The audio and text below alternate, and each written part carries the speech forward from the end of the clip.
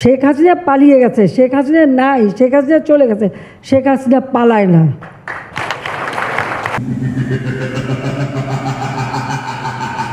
অবশেষে তিনি পালালেন। আফসোস, তিনার কথা তিনি নিজেই রাখতে পারলেন না। আপা, কোথায় আপনি?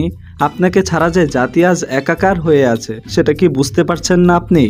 জীবনেও ভাবিনি আপা, বিটিভির মতো একটা চ্যানেল এখন আপনার বিরুদ্ধে কথা বলে। আহ আপা, সেই যে 2 মাস আগে বাংলাদেশ থেকে চলে গেলেন, আর কোনো খবরই নেই আপনার। আপনি নেই বলে আপনার নেতাখাতারা যে কটকাচ্ছে, সেটা কি আপনি দেখতে পাচ্ছেন না?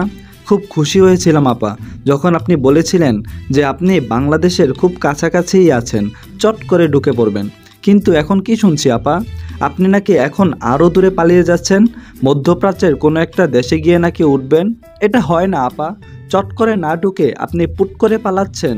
এই দেশের মাটি আপনাকে ডাকছে, এখানকার জেলখানা আপনাকে ডাকছে, কোটি কোটি মানুষ আপনাকে ডাকছে বিচার করার আশায়, আর আপনি কি না আরও দূরে পালাবেন? ডিমের দাম বাড়ছে আপা, খুব মিস করছি আপা। আপনি যদি থাকতেন তাহলে অবশ্যই ডিমের পরিবর্তে কি খাওয়া যায় সেটা সাজেস্ট করতেন। আপনজন হারানোর কষ্ট এখন আমরা বুঝতে পারছি আপা। সেদিন কেন যে আপনাকে ভারতে পালিয়ে যেতে দেওয়া হলো, আপনাকে আটকালেই তো আর আমরা আপনজন হারাতাম না, আর হারানোর কষ্টও পেতাম না। আপনি থাকাকালীন সময়ে যেসব নেতারা আপনাকে তেল মারতে মারতে নিজেদের পকেট ভারী করত, তারা কি বলছে জানেন আপা? আগের বাংলাদেশই নাকি ভালো ছিল। আপা, সেসব নেতাদের আগের বাংলাদেশ ফেরত দেওয়ার জন্য হলেও আসেন আপা। আপা, আপনি কবে ফিরবেন সেই আশায় রইলাম আমি আর আমার ভিউয়ার্সরা।